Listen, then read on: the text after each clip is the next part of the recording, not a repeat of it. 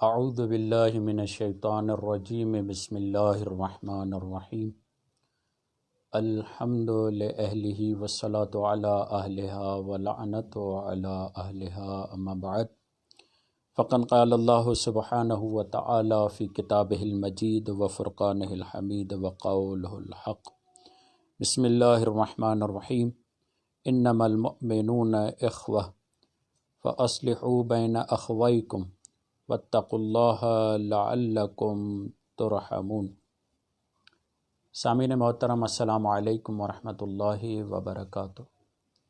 خداوند متعال کے شکر گزار اور سپاس گزار ہیں کہ خالق کائنات نے یہ فرصت عنایت کی کہ ہم یہاں آپ کے سامنے حاضر ہوں اور چند معروضات آپ کے سامنے پیش کریں۔ آج 14 ماہ رمضان اور 14 ماہ رمضان یعنی شب ولادت امام حسن علیہ السلام ہے۔ تو امام حسن علیہ السلام کے حوالے سے تو ہمارا موضوع نہیں، ہمارا موضوع ہے اخلاقیات اصلاح۔ اسی حوالے سے آپ کے سامنے قرآن مجید سے آیت شریفہ تلاوت کرنے کا شرف حاصل کیا سورہ حجرات سے، مگر اس سے پہلے میں چاہتا ہوں کہ ایک دو مسئلے آپ کے سامنے بیان کر دیے جائیں۔ بنیادی طور پر ایک مسئلہ ہے، اس سے دو اور مسئلے نکلتے ہیں۔ وہ یہ ہے کہ وقت اذان یعنی جب سحری ختم ہونے کا وقت ہو رہا ہو تو ضروری ہے کہ انسان حالت طہارت میں ہو۔ حالت طہارت میں ہو سے مراد کیا ہے؟ وضو سے اور نہیں، بلکہ اس پر غسل نہ ہو۔ غسل جنابت، نفاس، حیض، یہ تینوں غسلوں سے پاک ہو، پھر وہ نیت کر سکتا ہے اذان صبح سے پہلے پہلے۔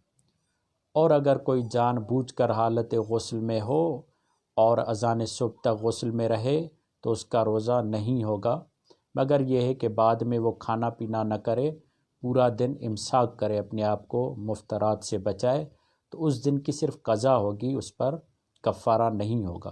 اگر وہ کھائے گا پیے گا تو پھر اس پر کفارہ بھی ہوگا، یعنی 60 مسکینوں کو کھانا کھلانا یا 60 روزے رکھنا یا ایک غلام کو آزاد کرنا۔ یہ بنیادی مسئلہ ہے۔ مگر کچھ غسل ایسے ہیں اگر وہ ہوں تو ان کے ساتھ روزے کی نیت کی جا سکتی ہے۔ وہ کون سے غسل ہیں؟ ایک غسل مس میت۔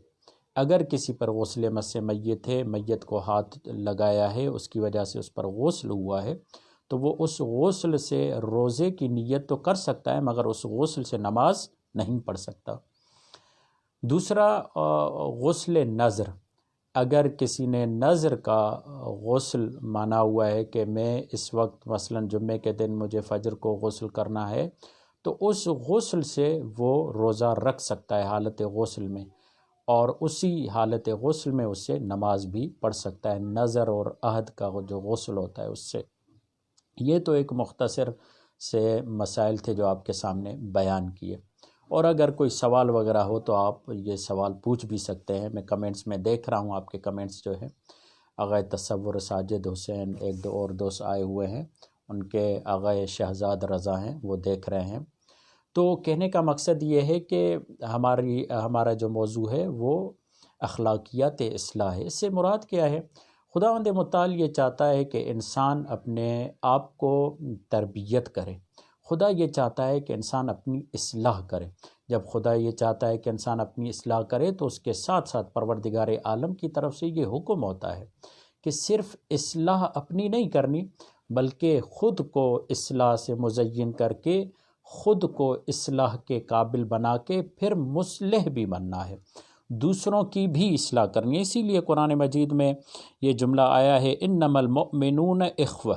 یاد رکھو، مومن آپس میں بھائی ہیں۔ یہ جو اصلاح کا جذبہ لے کر چلتے ہیں، یہ کس کی بنیاد پہ چلتے ہیں؟ دوسروں کی اصلاح کیوں کرتے ہیں؟ کیونکہ مومن ان کے بھائی ہیں۔ فَأَصْلِحُوا بَيْنَ أَخَوَيْكُمْ، اور یاد رکھو آپس میں ایک دوسرے کی اصلاح کرو۔ وَاتَّقُوا اللَّهَ لَعَلَّكُمْ تُرْحَمُونَ، تقوی الہی اختیار کرو تاکہ تم پر رحم کیا جائے۔ سورہ حجرات کی آیت نمبر 10۔ کس طریقے سے اصلاح کریں؟ پروردگار عالم، یاد رکھیے گا، یہاں پر تھوڑی ایک دقیق سی بحث آپ کے سامنے، دقیق تو نہیں البتہ، مگر یہ ہے کہ بحث جو ہے وہ مناسب ہے۔ جو دنیاوی لیڈرز ہوتے ہیں ان کے لیے آسان ہوتا ہے کہ آپ دوسروں کے خلاف قیام کروائیں، سیاستدان جو آتے ہیں، جو سیاسی نعرہ لگاتے ہیں، وہ ہمیشہ لوگوں کو اکساتے ہیں، بھڑکاتے ہیں دوسرے سیاستدانوں کے خلاف، دوسرے لوگوں کے خلاف، یا دوسرے ظالموں کے خلاف، یہ بھی کہہ لیجئے، مثبت پوائنٹ لے لیجئے، ٹھیک ہے۔ مگر انبیاء خدا صرف یہ کام نہیں کرتے۔ انبیاء خدا کام کرتے ہیں کہ اول اپنے خلاف قیام کرو، اول اپنی اصلاح کرو، اول اپنے آپ کی تربیت کرو۔ اسی لیے رسول خدا صلی اللہ علیہ وآلہ وسلم کے لیے جملہ آیا کہ یہ رسول وہ ہیں کہ رسول خدا کو امیین میں بھیجا گیا، بعث فی الامیین رسولا منہم یتلو علیہم آیاتہ ویزکیہم، یعنی ان کے سامنے آیات کی تلاوت کرتا ہے اور ان کے نفسوں کو پاک کرتا ہے۔ جو بھی نبی آتا ہے اس کا پہلا کام یہ ہوتا ہے کہ وہ دعوت دیتا ہے کہ اپنے نفسوں کو پاک کرو، یعنی دوسرے لفظوں میں وہ دعوت دیتا ہے اپنے خلاف قیام کرو، دوسرے کے خلاف آواز اٹھانا، دوسرے کے خلاف بولنا، دوسرے کے خلاف احتجاج کرنا، دوسرے کے خلاف آ کر ہلا گلا اور نعرے بازی کرنا، یہ آسان ہے۔ مگر انبیاء خدا یہ کہتے ہیں کہ انسان کو چاہیے کہ اپنے خلاف قیام کرے، اپنی انا سے اپنے آپ کو آزاد کرائے، اپنی شہوات سے اپنے آپ کو آزاد کرائے۔ یہ جو اس کے وجود میں خرد و شہوات کی اور یہ جو اس کے وجود میں عقل و خواہشات کی جنگ چل رہی ہے، اس جنگ میں اپنے آپ کو ممتاز بنائے، خود کو آزاد کرے۔ دیکھیں رسول خدا صلی اللہ علیہ وآلہ وسلم جب مجاہدین جنگ کر کے واپس آئے تو اس وقت رسول خدا نے مجاہدوں کو کیا کہا؟ مرحبا میرے صحابیوں اور مجاہدوں، مرحبا، تم جہاد اصغر کر کے آئے، اب جہاد اکبر کرو۔ تو سب پریشان ہو گئے، یا رسول اللہ یہ کیا؟ ابھی تو ہم تلواروں کے سامنے تھے اور نیزوں کے نوکیں تھی اور انیاں تھی اور تلواروں کے سائے میں ہم نے جان ہتھیلی پر رکھ کر جہاد کیا، آپ کہہ رہے ہیں یہ جہاد اصغر ہے؟ کہا ہاں، دوسروں کے خلاف قیام کرنا جہاد اصغر ہے، دوسروں کے ساتھ جنگ لڑتے لڑتے اپنے بدن کو مروانا یہ بھی جہاد اصغر ہے۔ مولا پھر جہاد اکبر کیا ہے؟ کہا جہاد اکبر یہ ہے کہ اپنے نفس کو مارو۔ شجاع ترین انسان وہ ہے، بہادر ترین انسان وہ ہے جو اپنے نفس کو مارے، اپنی خواہشات کو مارے، اپنے خواہشات پر غلبہ حاصل کرے اور اپنی اصلاح کرے۔ جو اپنی اصلاح کرتا ہے وہ شجاع ترین انسان ہے۔ میں ایک اور مثال دینا چاہوں گا کہ رسول خدا صلی اللہ علیہ وآلہ وسلم ایک مرتبہ جوانوں کے ہاں سے گزرے۔ جب جوانوں کے ہاں سے گزرے تو دیکھا چند جوان آپس میں کھیل کھیل رہے ہیں۔ وہ کیا کھیل کھیل رہے ہیں؟ ویٹ لفٹنگ کر رہے ہیں، یعنی بھاری بھاری پتھر اٹھا کر اپنی طاقت آزمائی کر رہے ہیں اور کہہ رہے ہیں کہ تم میں زیادہ طاقتور جو ہوگا وہ زیادہ وزن اٹھائے گا۔ تو رسول خدا صلی اللہ علیہ وآلہ وسلم کا وہاں سے گزر ہوا۔ جب رسول خدا کا وہاں سے گزر ہوا تو ایک مرتبہ رسول خدا نے کہا کیا اجازت ہے کہ میں بھی تمہارے ساتھ آ جاؤں؟ تو رسول خدا کو جب یہ جملہ کہتے ہوئے ان لوگوں نے سنا تو تعجب کیا، یا رسول اللہ آپ ہمارے ساتھ؟ کہا بالکل، میں بھی آپ لوگوں کے ساتھ شامل ہو سکتا ہوں۔ جب رسول خدا ان کے قریب آئے تو انہوں نے کہا اب تو بہت اچھا ہوا، رسول خدا جسے بہادر کہہ دیں وہ تو تاریخ میں ثابت ہو جائے گا، رسول خدا جسے شجاع اور طاقتور کہہ دیں وہ تو تاریخ میں ثبت ہو جائے گا۔ تو اس وقت رسول خدا کو کہنے لگے یا رسول اللہ ہم آگے بڑھتے ہیں، آپ ثالثی بنیں، ہمارے درمیان حکم قرار پائیں اور ہمارے درمیان حکم صادر کریں کہ کون زیادہ طاقتور کون زیادہ طاقتور نہیں ہے۔ تو ایک جوان آگے بڑھا پتھر اٹھانے کے لیے، تو رسول خدا نے کہا جب میں ہوں تو تمہیں پتھر اٹھانے کی ضرورت نہیں ہے، میں تمہیں ایک معیار بتاتا ہوں اور میں تمہیں بتاتا ہوں تم میں زیادہ طاقتور کون ہے۔ سب کے کان کھڑے ہو گئے۔ کہا کہ یہ تو بہت عمدہ بات ہے کہ رسول خدا ہمیں بتائیں گے کہ ہم میں زیادہ طاقتور کون ہے۔ تو اس وقت رسول خدا نے کہا کہ یاد رکھو جو اپنے نفس پر، اپنی خواہشات نفسانی پر زیادہ کنٹرول کر سکے وہ زیادہ شجاع، طاقتور اور جوان ہے۔ ایک کلیہ دے دیا رسول خدا نے، یعنی سب سے پہلے اسلام یہ چاہتا ہے سب سے پہلے ہم اپنی اصلاح کریں، اس کے بعد صرف اپنی اصلاح نہیں کرنی بلکہ ایاک نعبد و ایاک نستعین۔ یہ جو اصلاح کا سلسلہ اور طریقہ ہے، یہ جو اصلاح کا ایک سلیقہ ہے، صرف اپنے تئیں نہیں رکھنا بلکہ ایاک نعبد و ایاک نستعین۔ پروردگار میں نے اپنی تربیت کی، میں نے اپنی اصلاح کی، میں نے اپنے آپ کو قابل بنایا کہ تیرے سامنے کھڑا ہو سکوں، تجھ کو پا سکوں، اب میری ذمہ داری کیا ہے؟ کہا اب تمہاری ذمہ داری یہ ہے کہ اوروں کو بھی لے کر آؤ۔ یہیں پر یہ سمجھ میں آ جاتا ہے جب دنیا دار لوگ اور افراد دنیا کے عاشق ہوتے ہیں تو وہ یہ کہتے ہیں کہ صرف یہ دنیا میرے پاس رہے، وہ دنیا کو تقسیم نہیں کرنا چاہتے۔ مگر جو خدا کا عاشق ہو جاتا ہے وہ لوگوں کو کہتا ہے آؤ جس ذات کا میں عاشق ہوں تم بھی اسی کے عاشق بن جاؤ، اور اس کی طرف دعوت دیتا ہے، اور خدا کے عشق میں دنیا کو تقسیم کرتا ہے، خدا کے عشق میں دنیا کو صدقہ کرتا ہے، خدا کے عشق میں دنیا کا نفاق کرتا ہے، خدا کے عشق میں دنیا کے خیرات کرتا ہے۔ کیوں؟ اس لیے کہ اسے معلوم ہے کہ امام حسین علیہ السلام کا یہ جملہ کہ پروردگار جس نے تجھے پا لیا اس نے سب کچھ پا لیا، اور جس نے تجھے نہیں پایا اور دنیا کی ہر چیز پالی گویا کہ کچھ بھی نہیں پایا۔ پہلی بنیادی چیز یہ کہ انسان اپنی اصلاح کرے۔ پروردگار عالم یہ چاہتا ہے ایاک نعبد و ایاک نستعین، جب اصلاح کرو تو اوروں کو بھی اس راہ میں لے کر آؤ اور یہاں پر مصلح بن جاؤ۔ یاد رکھیے اہم ترین میرے دوستان، میرے عزیزان، یہ توجہ فرمائیں کہ اصلاح اپنی کرنا جب تک انسان صالح رہتا ہے، جو اپنی اصلاح کرتا ہے اسے صالح کہتے ہیں، جب تک انسان صالح رہتا ہے کوئی بھی اسے دشمنی نہیں کرتا، بلکہ وہ سب کا ہر دل عزیز ہوتا ہے، سب اسے دوست رکھتے ہیں، سب اسے چاہتے ہیں، کہتے ہیں کہ یہ اچھا انسان ہے۔ پوچھا جائے اچھا انسان کیوں ہے؟ کہتے ہیں اس لیے کہ نہ کسی کے برے میں نہ بھلے میں، خود اپنی اصلاح کی فکر میں لگا ہوا ہے۔ تو یہاں پر پیغام آتا ہے، رسول خدا فرماتے ہیں یہ انسان جو خود اپنی اصلاح کرتا ہے اور صالح بنا پھرتا ہے یہ معاشرے کے لیے خطرناک ہے، معاشرے کے لیے خطرناک ہے۔ تو ایک مرتبہ پوچھا گیا یا رسول اللہ یہ کیسے؟ یہ تو اپنی اصلاح کر رہا ہے، یہ تو صالح بنا ہوا ہے، یہ تو نیک بنا ہوا ہے۔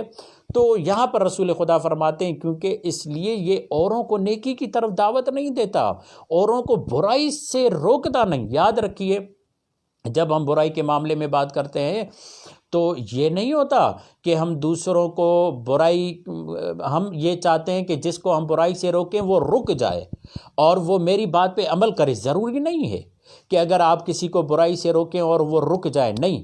اولین مرحلہ یہ ہوتا ہے جب آپ کسی کو برائی کرتے ہوئے دیکھتے ہیں اور آپ اسے روکتے ہیں، اولین اثر جو اس کی ذات پر ہونا چاہیے وہ برائی کی لذت آپ کے روکنے کی وجہ سے چلی جائے اس کے وجود سے، یہی پر آپ کامیاب ہو جاتے ہیں۔ ضروری نہیں ہے کہ آپ اس سے برائی چھڑوانے میں کامیاب ہو جائیں، مگر پہلے مرحلے میں یہ ہے کہ آپ برائی روکنے سے اسے کامیاب ہو جائیں، روکنے سے نہیں بلکہ جو برائی کی اس کی لذت ہے اس کے اندر، اس کی لذت اس سے چھین لیں۔ مثلا ایک آدمی گانا سنتا ہے، اسے گانا سننے میں لذت آتی ہے، آپ اسے ایک ایسا جملہ کہتے ہیں جس کے بعد گانے کی لذت اس سے چھن جاتی ہے اور وہ واقعا جب بھی گانا سنتا ہے تو اسے افسوس ہوتا ہے کہ میں کیوں سن رہا ہوں، یہ کام کیوں کر رہا ہوں، یہ غلط کام کیوں کر رہا ہوں۔ یہ جو آپ اس کے وجود سے گناہ کی لذت کو چھین رہے ہیں، یہ نہی عن المنکر کا پہلا جز ہے اور پہلی کامیابی یہی ہے۔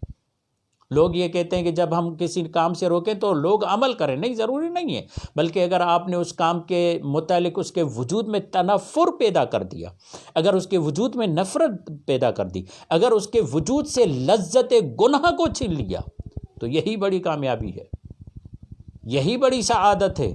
اور پھر یہ لذت گناہ جب اس سے چھن جائے گی تو ندامت اس پہ غلبہ کرے گی، جب ندامت اس پہ غلبہ کرے گی تو پھر یہ توبہ کی طرف آئے گا، کیونکہ توبہ کی ابتدا ہی ندامت سے ہوتی ہے۔ تو رسول خدا کیا فرماتے ہیں؟ رسول خدا فرماتے ہیں معاشرے کے لیے بہترین انسان وہ ہے جو اپنی اصلاح تو کرتا ہے مگر ساتھ میں دوسروں کی بھی اصلاح کرتا ہے۔ اور یہاں پر یہ جملہ کہا گیا، علی رضا چانڈیو صاحب ہمارے ساتھ موجود ہیں، یہاں پر یہ جملہ کہا گیا کہ رسول خدا فرماتے ہیں دیکھو جو خود صالح بنتا ہے اور دوسروں کی اصلاح نہیں کرتا اس کی مثال دی رسول خدا نے۔ وہ مثال یہ دی کہ رسول خدا فرماتے ہیں کہ صالح انسان ایسے ہے معاشرے میں جیسے کشتی میں ایک مسافر، کئی مسافر ہوں، صالح بھی اس میں موجود ہو، اور اس میں جو بدکار انسان ہے، جو فاسق انسان ہے، جو گنہگار انسان ہے، وہ اپنی جگہ پر، جو شرارتی انسان ہے وہ اپنی جگہ پر کشتی میں سراغ کرتا ہے۔ یہ صالح انسان اپنی عبادتوں میں محو، اپنی تسبیح میں محو، اپنے ذکر میں محو، وہ کسی کو کہتا نہیں ہے۔ تو ایسے میں جب وہ اپنی کشتی اپنی جگہ پر سوراخ کرتا ہے تو کس کو نقصان ہوگا؟ صالح کو ہوگا کہ نہیں ہوگا؟ کہ یقیناً ہوگا۔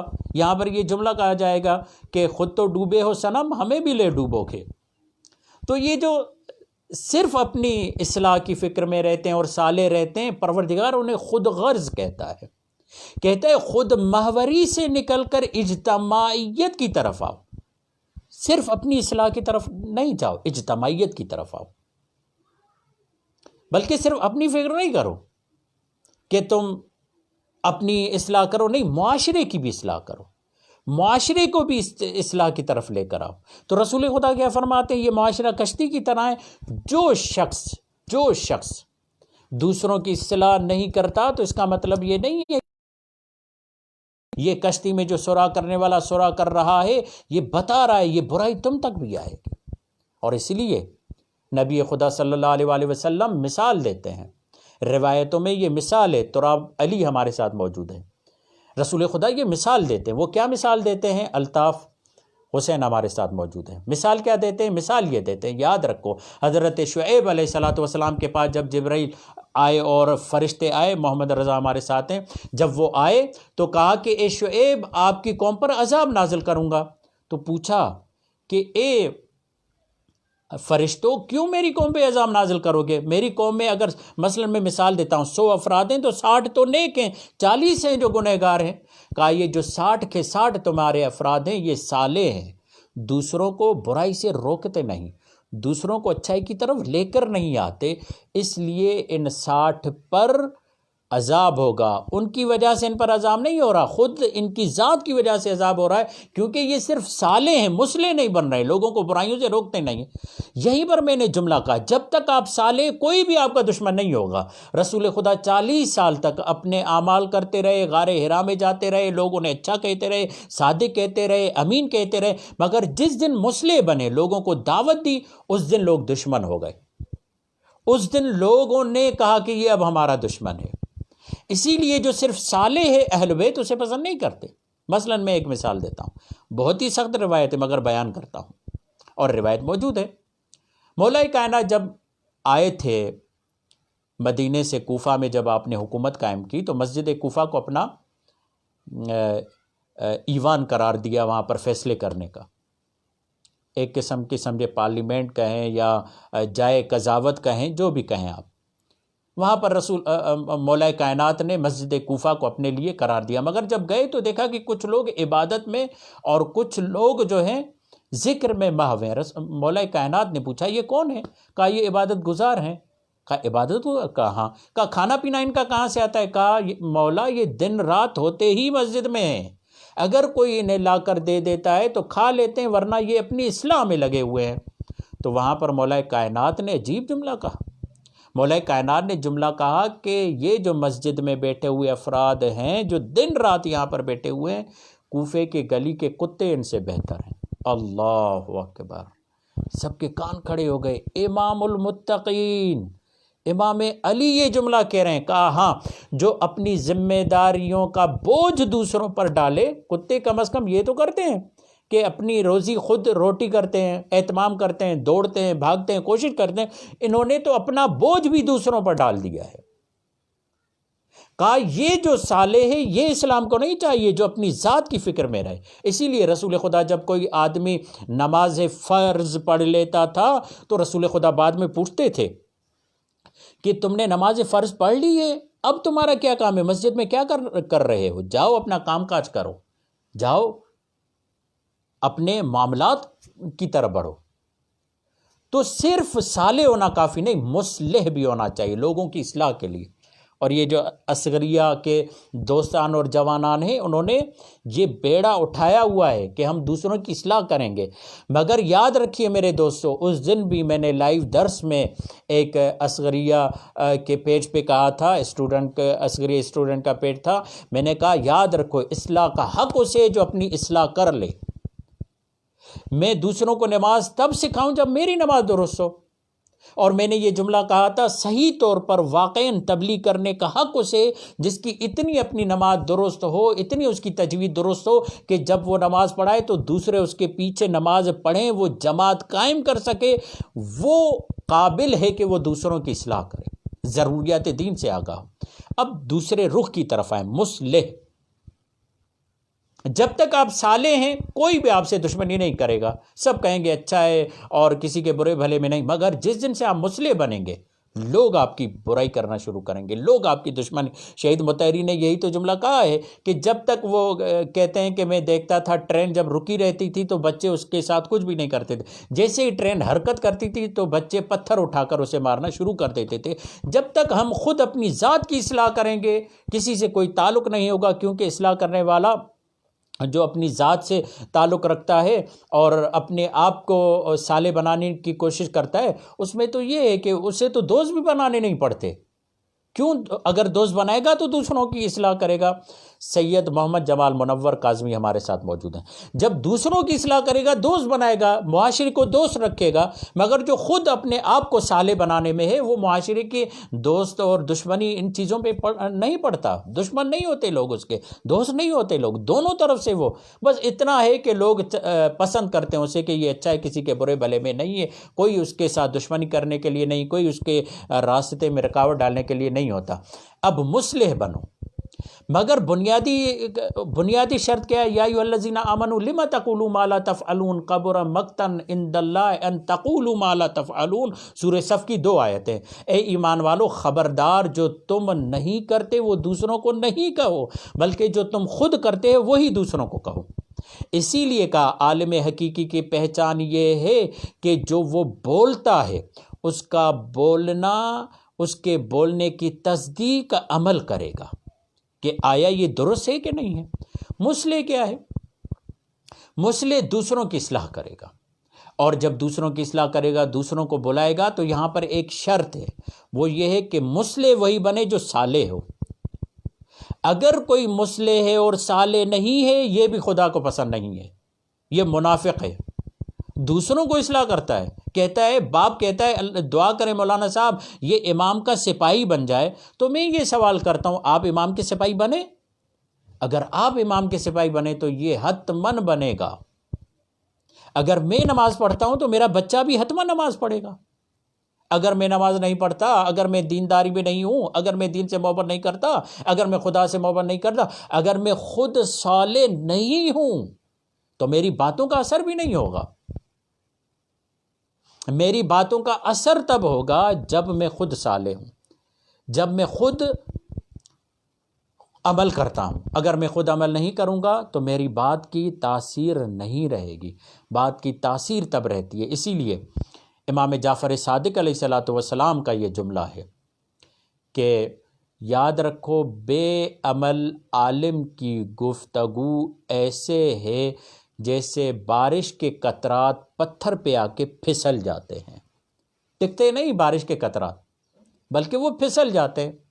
کیوں؟ اس لیے کہ بے عمل عالم کی گفتگو ظاہراً جالب ہوگی، ظاہراً جاذب ہوگی، مگر دلوں پہ اثر نہیں کرے گی، کیونکہ وہ خود بے عمل ہے، بارش کے قطرات کی طرح ہیں، پتھر سے پھسل، دلوں سے باتیں پھسل جائیں گی، دل میں وہ جگہ نہیں بنا پائیں گی۔ پھر دوسرا ایک جملہ، معصوم یہ فرماتے ہیں علم عمل کو بلاتا ہے، اور اگر تم نے علم کے ساتھ عمل کیا تو وہ علم محفوظ ہو جائے گا۔ یاد رکھیے ہمارے ہاں ایک طریقہ ہے اچھے کھجور حاصل کرنے کا۔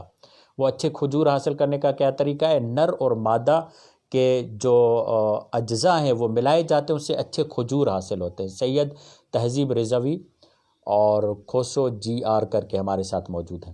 جب یہ نر اور مادہ دونوں کے اجزاء ملائے جاتے ہیں تو پھر ہمیں اچھے کھجور ملتے ہیں، ثمر تب بہتر ملتا ہے، نتیجہ تب بہتر ملتا ہے۔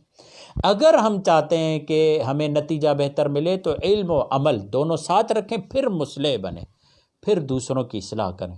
میں سمجھتا ہوں کہ یہاں تک میری گفتگو کافی ہے کہ ہم پہلے صالح بنیں، اور جب تک ہم صالح ہیں تو کوئی بھی ہم سے دشمنی نہیں کرے گا۔